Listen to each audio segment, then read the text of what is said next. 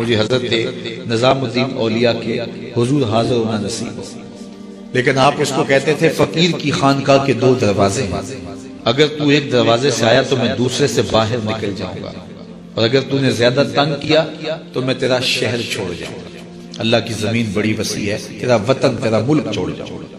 ایک دن اس نے آپ کی خانقاہ کے اندر اچانک پہنچ کے آپ کی خانقاہ کے اندر جانا چاہا، تو آپ نے خادموں سے کہا دروازے بند کر، تو دروازے بند کر دی گئے۔ بادشاہ سمجھا کہ یہ اتنے پکے لوگ ہیں فقیر کہ مر جائیں گے دروازے نہیں کھولیں گے تو کچھ تو خون ہوگا۔ اس نے کاغذ کے ایک ٹکڑے پہ لکھا اور خادم کے ذریعے حضرت کو پہنچایا۔ لکھا یہ کہ کیا بات ہوئی کہ بادشاہوں کی چوکھٹ پہ بھی بواب چوکیدار اور فقیروں کے دروازوں پر بھی بواب، فرق کیا ہوا شاہی میں اور فقیری میں؟ تو حضرت نے کاغذ کے ٹکڑے کی پشت پر لکھا فرق یہ ہے کہ بادشاہوں کے دروازوں پر جو بواب ہوتے ہیں وہ فقیروں اور سائلوں کو روکنے کے لیے ہوتے ہیں، اور فقیروں کی چوکھٹ پہ جو بواب ہوتے ہیں وہ بادشاہوں کو روکنے کے لیے ہوتے ہیں۔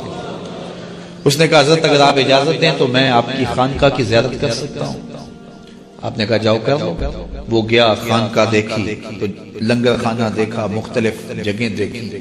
جب استبل میں پہنچا، گھوڑوں کا استبل تھا بہت بڑا حضرت نظام الدین اولیاء کا، تو جب وہاں پہنچا تو کیا دیکھا کہ گھوڑوں کی جو میخیں ہیں، قلے جو ہیں وہ چاندی کے ہیں، اور جن زنجیروں اور سنگلوں سے ان کے پاؤں باندھے ہوئے ہیں وہ سونے۔ تو بادشاہ کو پھر شرارت سوجی تو اس نے پھر کاغذ کے ٹکڑے پہ لکھ کے حضرت کو بھیجا، یہ کیا ہوا؟ بادشاہوں کے پاس بھی سونا اور فقیروں کے پاس بھی سونا چاندی، تو فرق کیا ہوا بادشاہوں اور فقیروں میں؟ تو شیخ نے اسی کاغذ کے ٹکڑے کی پشت پر لکھا فرق یہ ہے بادشاہ خزانوں میں سنبھال کے رکھتے ہیں، فقیر گھوڑوں کے قدموں میں ڈال کے رکھتے ہیں۔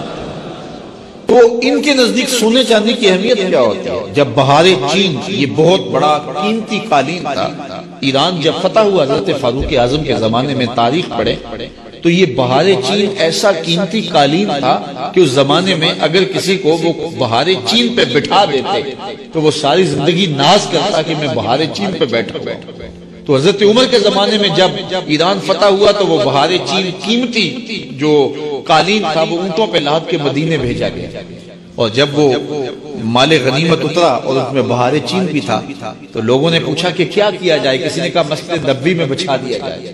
تو حضرت عمر نے کہا یہ اس قابل کہاں ہے کہ مسجد نبوی میں بچھایا جائے؟ تو کہا کہاں رکھا جائے؟ مسجد نبوی سے باہر جہاں لوگ جوتے اتارتے تھے، حضرت عمر نے آرڈر دیا کہ یہاں بچھا دو، لوگ جوتے صاف کر کے مسجد میں جائیں گے۔ جس قالین پہ زمانے کو ناز تھا وہ قدموں میں بچھا ہوا تھا۔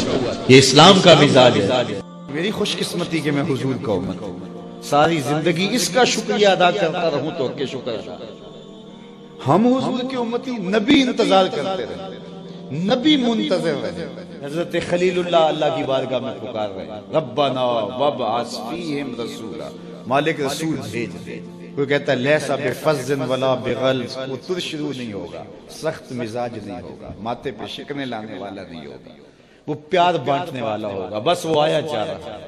حضرت عیسیٰ نے تو نام بھی بتا دیا، مبشرم برسول یاتی من بعد اسمہ احمد، لوگوں میں جا رہا ہوں چلو نام بھی بتا دیتا ہوں، میرے بعد جو آنے والا اس کا نام احمد ہوگا۔ نبی انتظار کرتے رہے، 12 نبیوں نے انتظار کیا حضور کی امت میں ہونے کے لیے، تمنا نستورہ راہب انتظار کرتا رہا، بحیرہ راہب انتظار کرتا رہا۔ شب ہجر کی سختیاں کوئی اس سے جا کے پوچھے، تیری راہ تکتے تکتے جسے صبح ہو گئی، زندگیاں گزار دی انہوں نے۔ سلمان فارسی کی کہانی سن، مجوسی کے بیٹے تھے، حق کی طلب میں نکلے، باپ نے گھر سے نکال دیا، ایک پادری کے پاس جا کے رکے، زندگی بھر اس کی نوکری کی۔ جب اس کا آخری وقت آیا اس نے کہا میری تدفین کے بعد غموریہ چلے جانا، وہاں کا پادری خدا رسیدہ ہے، تجھے اس سے کچھ مل جائے۔ کہتے میں وہاں سے غموریہ آ گیا، پھر اس پادری کی ساری زندگی خدمت کی۔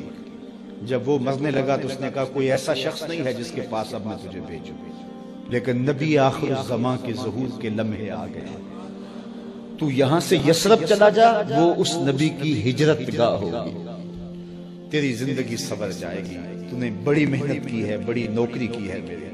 کہتے میں نے اس کو کہا کہیں ایسا نہ ہو میں دھوکہ کھا جو مجھے کوئی نشانی بتا۔ اس نے کہا 3 نشانی، ایک صدقہ نہیں لے گا، دوسرا ہدیہ رد نہیں کرے گا، تیسرا 2 کندھوں کے درمیان مہر نبوت ہوگا۔ کہتے ہیں میں نے اس کی تدفین کی، یثرب کی جانب جاتے ہوئے ایک قافلے میں شامل ہو گیا، انہوں نے مجھے پکڑ کے اپنا غلام بنا لیا، لیکن میرے پہ مہربانی یہ کی کہ مجھے بیچا جا کے مدینے دیا۔ ایک یہودی نے مجھے خرید لیا، میں اس کے باغ میں گوڈی کرتا تھا، کام کرتا تھا، کھجوریں توڑتا تھا، لیکن میں انتظار میں تھا کہ کبھی وہ نبی آخر زمان آئے تو مجھے دید ہو، کبھی عرش پر، کبھی فرش پر، کبھی ان کے در، کبھی در بدر۔ غم عاشقی تیرا شکریہ، میں کہاں کہاں سے گزر گیا۔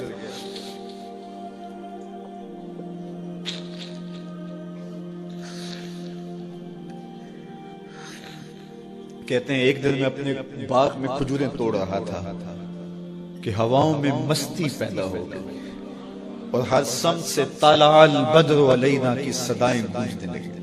میں سمجھ گیا کہ وہ لمحے آ گئے، میں نے چھلانگ لگا دی اور دوڑ پڑا۔ میرے آقا نے سمجھا شاید غلام بھاگ گیا، اس نے دوڑ کے مجھے پکڑ لیا۔ میں نے اس کو کہا کہ میں نوکر تیرا ہی ہوں، لیکن دل نوکر کسی اور کا ہے، میں بھاگوں گا نہیں، مجھے جانے دو۔ میں کچھ کھجوریں لے گیا تھا صدقے کی نیت سے، جا کے حضور کو پیش کی۔ آقا کریم نے فرمایا ہم نبی صدقہ نہیں لیتے۔ کہتے ہیں نشانی ایک پوری ہوگی، کہتے ہیں کہ میں کچھ دنوں کے بعد اور کھجوریں لے گیا اور میری نیت ہدیہ کی تھی، میں نے پیش کی، حضور نے قبول فرما لی۔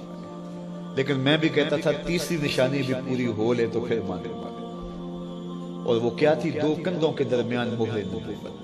کہتے ہیں ایک دن حضور میرے باغ میں آئے اور آقا کریم نے اپنے مبارک کندھے پہ چادر رکھی ہوئی تھی اور چادر کی اوٹ میں مہر نبوت چھپی ہوئی تھی، اور میں پیچھے ہو کے دیکھتا تھا، اور میری آرزو یہ تھی کہ کوئی تیز جھونکا ہوا کا آئے اور چادر ہٹ جائے اور میں مہر نبوت کی زیارت کر لوں۔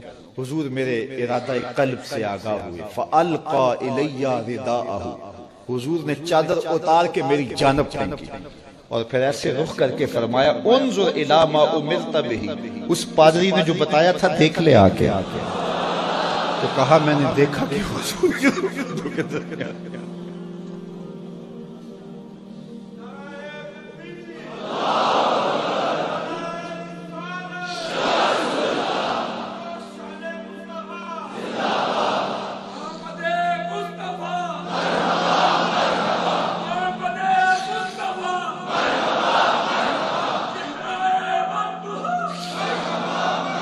شب ہجر کی سختیاں کوئی اس سے جا کے پوچھے، تیری راہ تکتے تکتے جسے صبح ہو گئی۔ ہم نے تو کوئی انتظار نہیں کیا نا، ہم نے تو کوئی دکھ نہیں سہا، ہم سوئے تھے مقدر جاگ اٹھے۔ ہمارے والد مسجد سے مولوی صاحب کو بلا لائے، انہوں نے کان میں آ کے کہا مبارک ہو تو حضور کا نوکر بن کے آ رہا۔ میرے والد گرامی ایک شعر جھوم کے پڑھا کرتے تھے، محمد جانے جانا ہے، پیغمبر ہو تو ایسا ہو، رسولوں کی بشارت سے مبشر ہو تو ایسا ہو، امر توقیر کا سب